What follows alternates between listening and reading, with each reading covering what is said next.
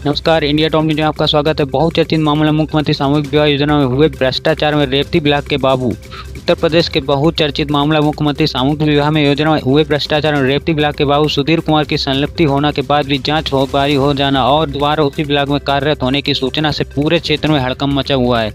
कई समाज सेवी से इसकी शिकायत लेकर जिलाधिकारी कार्यालय तक पहुंच गए हैं। उसी वरिष्ठ समाज सेवी भोला ओझा ने भी जिलाधिकारी बलिया कार्यालय पहुंचकर पत्र दिए हैं, जिसमें भोला ओझा द्वारा यह बताया गया कि जिम्मेदार और दोषियों को बचाकर निर्दोष जन सेवा केंद्र संचालक को जेल भेजना कहीं न जांच कमेटी पर सवाल खड़ा कर रहा है। इसलिए मैं जिलाधिकारी से निवेदन करने आया हूं कि इस मामले की उच्च स्तरीय कमेटी बनाकर निष्पक्ष जांच कराई जाए, जिससे दोषियों पर कार्रवाई हो सके। मैं नगर पंचायत रेवती का निवासी हूँ। भोला जी, आज आप जिला अधिकारी कार्यालय पे आए हैं, क्या है मामला?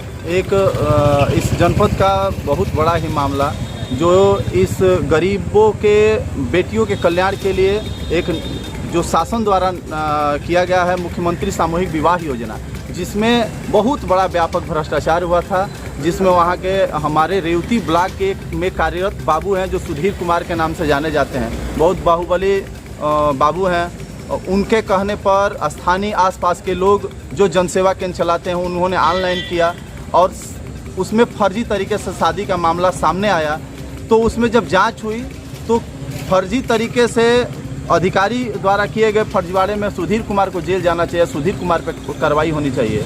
तो सुधीर कुमार खुले तरह से बरी होकर घूम रहे हैं और स्थानीय जो वहाँ जनसेवा संचालक है जो उन्हीं के कहने पर फार्म ऑनलाइन किए थे वही लोग जेल चले गए। पता नहीं किस तरीके से जांच हुई है। इसीलिए मैं निवेदन करने आया हूँ माननीय जिलाधिकारी महोदय से कि इस मामले का पुनः जाँच कराकर ईमानदारी से इस मामले का जांच हो ताकि दोषियों के ऊपर सही कार्रवाई हो सके। क्या इस पूरे मामले में जो भी लोग दोषी पाए गए थे वो क्या खुलेआम घूम रहे हैं? बिल्कुल, उनके ऊपर कोई कार्रवाई नहीं की गई? बिल्कुल, तभी तो मैं क्षुब्ध होकर के आया हूँ। चूँकि मैं सामाजिक जीवन का व्यक्ति हूँ, इसलिए मुझे लगा कि मैं सामाजिक व्यक्ति हूँ और समाज के बातों को अधिकारियों तक पहुँचाना चाहिए, निवेदन करना चाहिए। तो मैं माननीय जिलाधिकारी से निवेदन किया हूँ और इस ज्ञापन को आज दिया भी हूँ ऑफिस में कि ताकि मेरे ज्ञापन पर विचार किया जाए और ये बाहुबली जो यहाँ के बाबू हैं उनके ऊपर कार्रवाई हो। उन्होंने ही सारा भ्रष्टाचार किया है। चूँकि उच्च अधिकारियों का कहना है कि हमारे रेवती ब्लॉक के बाबू ने हम सभी के उच्च अधिकारियों का फर्जी तरीके से साइन करके उस फार्म को अप्लाई किया था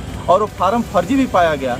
तो अधिकारी उसमें फंसना चाहिए, तो अधिकारी फंसे नहीं और सीधे जनसेवा केंद्र संचालक फंस गए। तो जरूर कहीं ना कहीं से इस मामले में जनसेवा केंद्र संचालक जो हैं उनका क्या नाम? स्थानीय कई ऐसे संचालक हैं जो फंसे हुए हैं। एक चौहान है, एक गुप्ता जी हैं, ऐसे करके फंसे हुए। हमें उनके पक्ष में नहीं बोलना है। मुझे कहने का अर्थ ये है कि जो विभाग का अधिकारी सर्वसर्वा होता है और विभाग का अधिकारी फर्जीवाड़ा करता है तो अधिकारी भी उस कानून के दायरे में आना चाहिए जो आम लोगों के ऊपर वो कानून लागू होता है। तो अभी आप जिला अधिकारी महोदय से मिले, क्या आश्वासन दिया गया? उन्होंने कहा कि निष्पक्ष इस पर जाँच की जाएगी और आपको संतुष्ट किया जाएगा। तो अभी आप मैं इस विभाग से समाज कल्याण विभाग से संबंधित अधिकारियों के पास भी अपने न्याय की गुहार लगाई या उनको भी मामले से अवगत कराने का प्रयास किया? बिल्कुल बिल्कुल, उनको भी मैंने लेटर लिखा है, रजिस्ट्री किया है। चूँकि मिल करके नहीं दिया हूँ, कल ही का मैं रजिस्ट्री कर दिया हूँ और रजिस्ट्री करके उनको सूचना दिया हूँ जिनकी कापी मुझे मेरे पास है। उस संबंध में मैं मिलूंगा। जिस बड़े बाबू का आप नाम ले रहे हैं जिनका नाम सुधीर है, वो इस समय कहाँ पे हैं? और जांच हुई, उनको वहां से हटाया गया, जांच कमेटी के द्वारा वहां से हटाया गया, लेकिन पता नहीं किस बाहुबली तरीके से फिर उसी ब्लॉक में तैनात कर दिया गया। रेवती ब्लॉक में ही कार्यरत हैं। आज जिस ब्लॉक में वो फर्जीवाड़ा किए उसी ब्लॉक में कार्यरत। आपके एप्लीकेशन में ये लिखा गया है कि वो कागज के साथ भी हेर फेर कर रहे हैं जब से यहाँ पर ड्यूटी ज्वाइन किए हैं। क्या इसमें विभागीय अधिकारी हैं और उनको लग रहा है कि हम यहाँ जो भी साक्ष्य से हेर फेर किए हैं, छेड़छाड़ किए हैं, अगर उसको सुधारेंगे नहीं तो हम भविष्य में फंस सकते हैं। तो वही आज कार्यरत हैं, उनको मौका मिला है, उसको सुधार रहे हैं, उसके हेर फेर कर रहे हैं, उस कागज को सुदृढ़ कर रहे हैं ताकि भविष्य में उनको कोई खतरा ना हो सके। अभी आप क्या चाहते हैं इस पूरे मामले? मैं चाहता हूँ कि निष्पक्ष इस मामले की जाँच हो और जो भी दोषी है उन पर कड़ी से कड़ी कार्रवाई हो।